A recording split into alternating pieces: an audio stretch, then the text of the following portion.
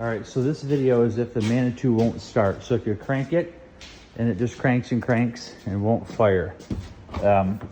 What happens regular is the fuel shutoff solenoid wire connection gets loose. So lift the hood, engine right here in front of us. It's tricky to see. Okay, right here. This right here is a fuel shutoff solenoid. This wire connection right here. That one right there is the one I'm talking about.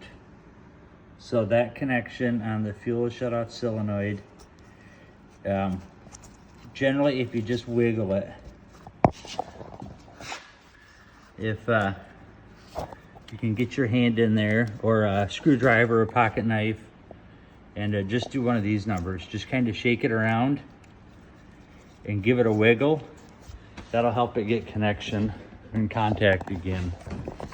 So we'll go over and see if that does it.